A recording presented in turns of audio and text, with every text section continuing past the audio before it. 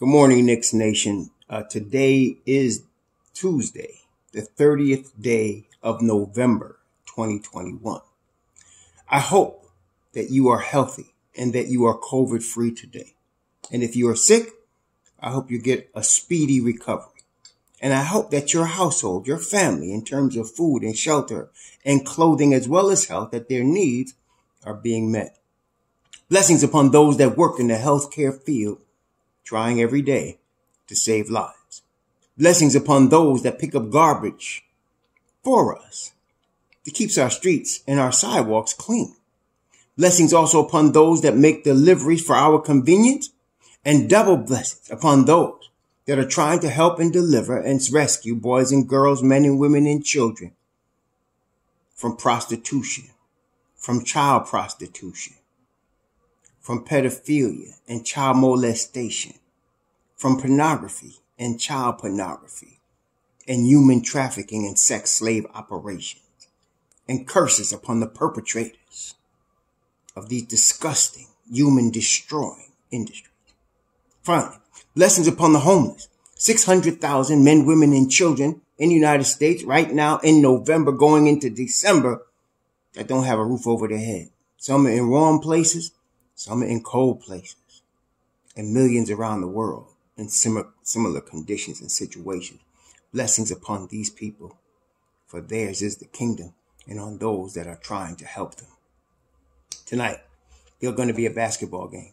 The New York Knicks are going to play the Brooklyn Nets in Brooklyn tonight. We know now the big news, of course, in New York is that finally Tom Thibodeau removed Kemba Walker from the rotation permanently. There's been a lot of confusion. That's what happens when you get a lot of different, perspectives. You get a lot of confusion. But overall, as some of you know that have been following this channel, I've been talking about this for a number of weeks, definitely at least 3 or 4 weeks. We've been talking about removing Kemba from the rotation. I was talking about it so much that some of y'all accused me of making Kemba the problem, of obsessing about Kemba. And now we can see that that wasn't any of that. It was just trying to get the team to operate the way we know New York Knicks basketball under Tom Thibodeau should be operating.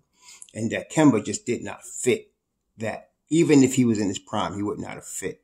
His defense would have been too weak, would have been with Evan Fournier, too much to overcome for us.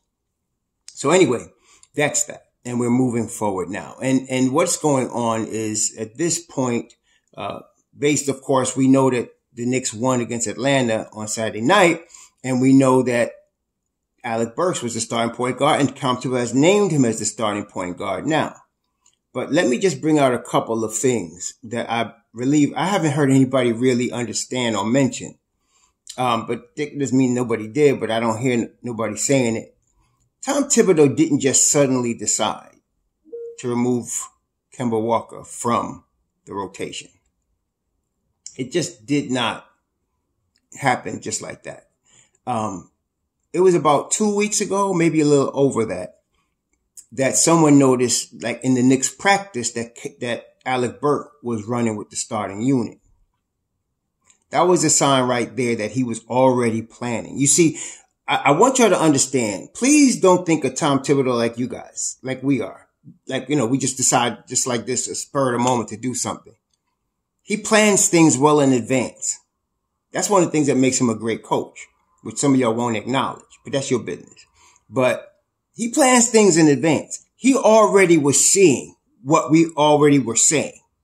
But he actually said, and again, he speaks a lot with few words, so you got to listen to what he's saying, which most people don't do. He said, I need a sample size. He's looking at analytics, and he needs enough of a sample size for him to make a decision that both the player and the team and his coaching staff will all be on board with. Okay?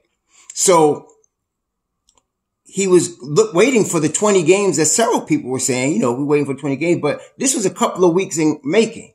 And then, the day that they sent Deuce McBride to play in the G League. Some of y'all just jumped off the bridge like, now it's your boy. He's gone. He ain't coming back.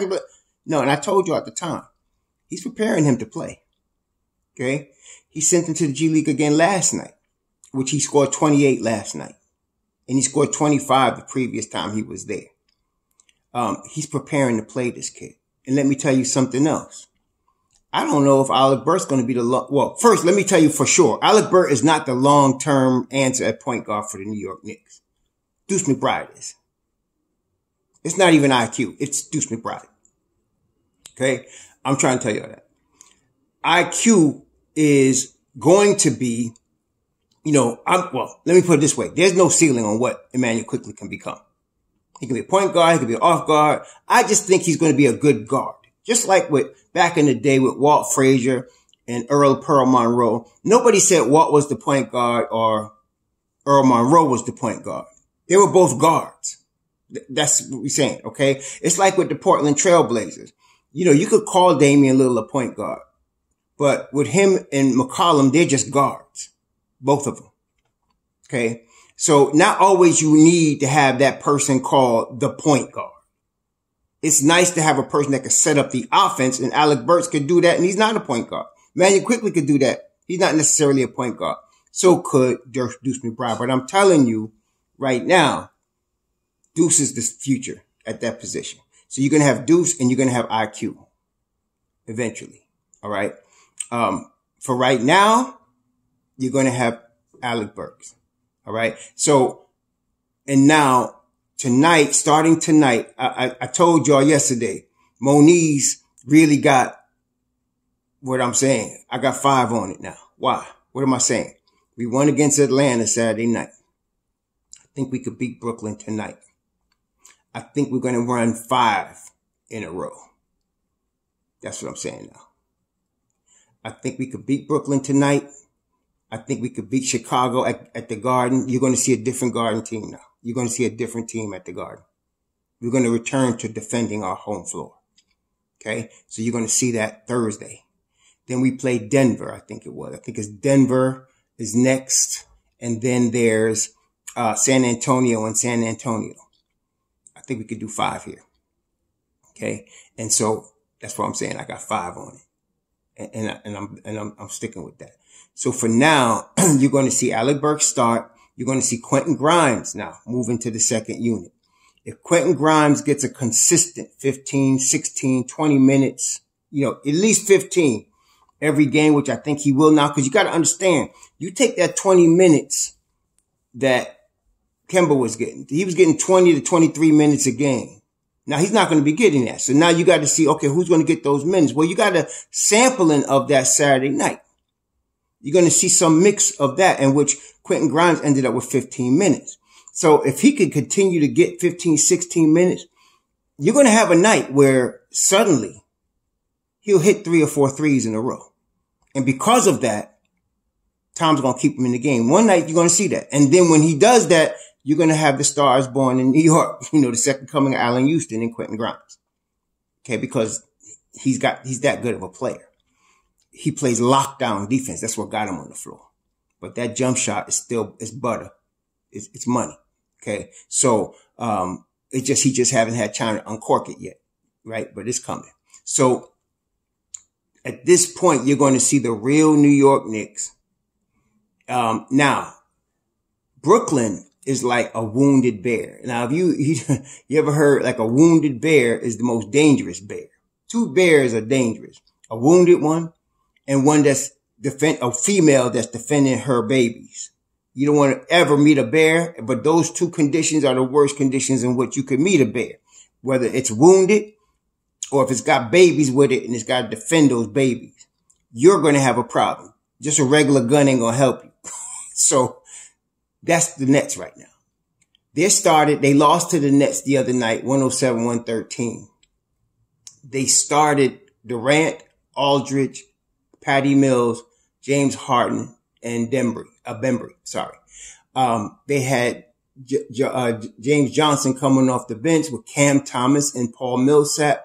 They had Bruce Brown, Lil Carter, but they didn't play a lot. They really stuck with a 6-man rotation with James Johnson being the really 6th man that they depended on against Phoenix. And Durant had 39. That's what kept them in the game. They only lost by 6 because Durant is a one-man gang. And that's what I mean when I say a wounded bear. Durant could drop 50 at any time. He's right now, the best player. Him and Giannis Antetokounmpo are the two best players in the entire planet right now. And so, he played 45 minutes in that game out of 48 minutes. So they're going to depend on him a lot. Harden played 40 minutes and had 12 points, 13 rebounds, 14 assists, 4 of 15 from the field. I'm not as concerned about Harden because the Knicks now, with the defense that we're going to produce now, he's not going to be able to have. But Kevin Durant is one of those players that is really unguardable. You cannot guard him. All you could do is hope that he misses. Put him in a position to make it as most difficult as you can and hope that he misses. And no one player can win a game for you, but he can do damage enough so that if he has any support from a Patty Mills or anybody else, they might be able to win. So we have to go into this game really focused. But even with all of that, I'm still liking the Knicks. The reason the Knicks to me have the big plus against Brooklyn is because of Mobb Deep. Brooklyn has nothing like Mobb Deep. So see how Durant played 45 minutes, Harden played 40. That means they got 3 minutes and 8 minutes rest for the whole game. So they got to sit down at some point. If they don't, they'll get wore out. Mobb Deep comes in with all that energy with Obi and quickly and Nerlens. If Nerlens is not playing, you got Jericho Sims. They come in with all that energy.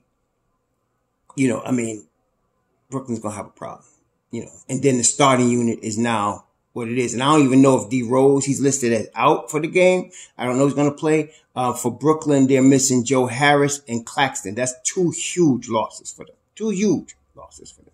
So, yeah. So we should win this game tonight. Right now, we're the better team, period. The Knicks are the better team right now. It's not even like, I know Nets are number 1 in the East right now. That's not going to last. That's not going to last. Not at this stage. They better hope Kyrie changes his mind and takes the jab. Because if he doesn't, they're going to have a problem. I didn't think they were going to represent the East anyway unless Kyrie was going to be healthy.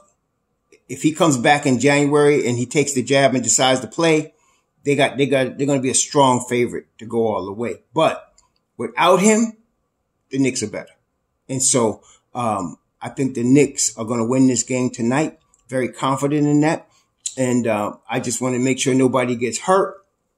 And yeah, we're going to see what happens. But, the big news, of course, was that Kemba was finally placed out of the rotation, not just in the second unit. He's not going to work in the second unit. Some of y'all are thinking, well, maybe no, he's done. There's no coming back. He's done.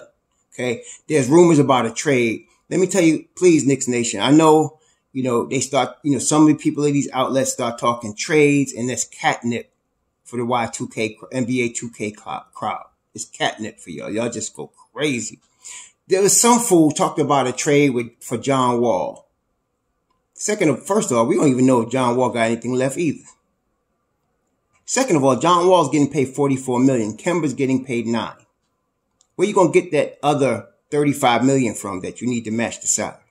Who you going to trade? I hope you're not going to try to trade any of our youth or any of our, like Burks or anybody for what we got going on right now for John Wall, and you don't even know what he got. So please don't get stupid. Don't let nobody, get you hyped about this NBA 2K bull crap. Okay. No, we don't need to make no trades. Kemba might want to be traded. I hope he doesn't. I hope he retires in New York and helps us on the bench. Like Adonis Haslam does with Miami. We got the new culture. He could be part of the going forward, part of the management staff. But if he still wants to play somewhere and he wants to trade, I know Leon will make it happen for him. If we could get a second rounder for him, fine. I'm not trading no players. And I don't want nobody else coming in here. We just got rid of a clog in the system. We're stacked at the 5, so we don't need 5s. We stacked at the 4. We're trying to find minutes for Obi behind Randall. We stacked at the point guard position. We're waiting for Grimes now to take over for Fournier. So we don't need nobody else right now. We just need to keep our squad the way it is and let them gel. Now it's time to gel.